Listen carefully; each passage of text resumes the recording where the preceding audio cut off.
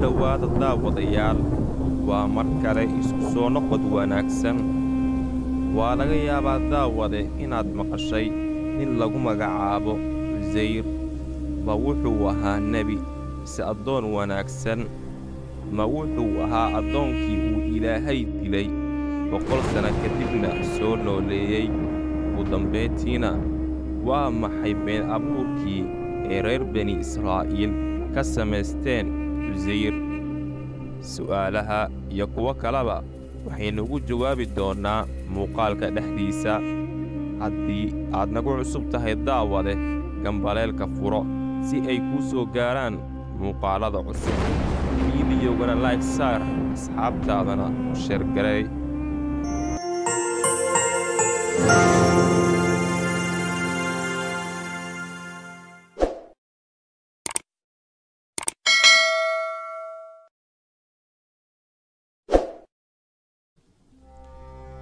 Cusayr wuxuu galaa abtiiskiisa Haaruun ibn Cimraan nabi Muuse walaalkii Cusayr wuxuu ahaa qof uu Ilaahay siiyey aqoon iyo xikmad mana jirin xilligiisa qof ka aqoon og kitaabka Tawraadka maalmaha ka mida ayuu Cusayr wuxuu koray dameerkiisa wuxuuna u baxay safar markii qoraxda kululaatay ayaa wuxuu raadsaday Cusayr meel uu ku harsado wuxuu soo maray tuuladaasi waxay ahayd mid aysan cidna ku nooleen oo burbursan oo haddii aad aragto aadan is oranaynin meeshaan waa lagu noolaan doonaa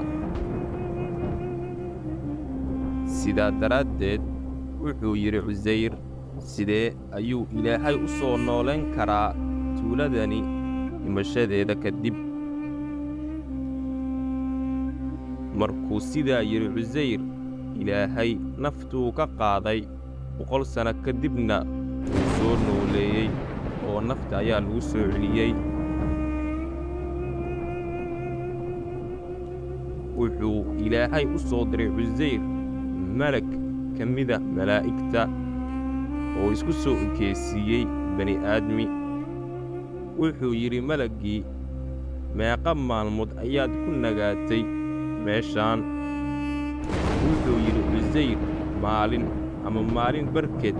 ayaa ku nagaaday oo Cusayr 100 sano waxay la ahayd in uu maalin barkeed uu hurday wuxuu yidhi malagii maalin barkeed iska daaye waxaad meesha ku nagaatay 100 sano waxaad dad fiirisaa sahaydaadii oo weli waa sideedii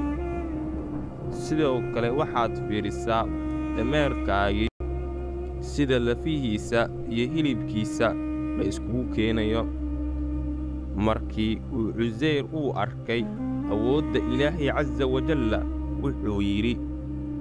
waxaan ogaaday Ilaahay inuu wax kasta awoodo reer bani Israa'iil markay arkeen Cusayr mucjisadii weyneed ee ku dhacday waxay yiraahdeen waa ina Ilaah waxaana radiyay Ilaahay Azza wa Jalla wuxuuna Ilaahay ku tilmaamay qowlkaasi qowl baatila waxaa laga wariyaa suubanaha naxariis iyo nabadgelyo dushiisa ha ahaatee inuu yidhi maa adrii atubbacun laciinun huwa am laa wamaa adrii acusayrun nabiyun huwa am laa ma ogi tubbac inuu yahay mid lacnad mutay iyo in kale sidoo kale ma kala ogi Cusayr inuu yahay nebi iyo in kale waxaana xadiiskaas saxiix yeelay Sheekhul Albaani sidaa daraaddeed lama oga Cusayr inuu ahaa nebi iyo in kale Allahu a'lam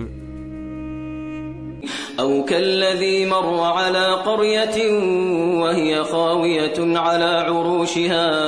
قال أنى يحيي هذه الله بعد موتها فأماته الله 100 عام ثم بعثه قال كم لبثت قال لبثت يوما أو بعض يوم قال بل لبثت 100 عام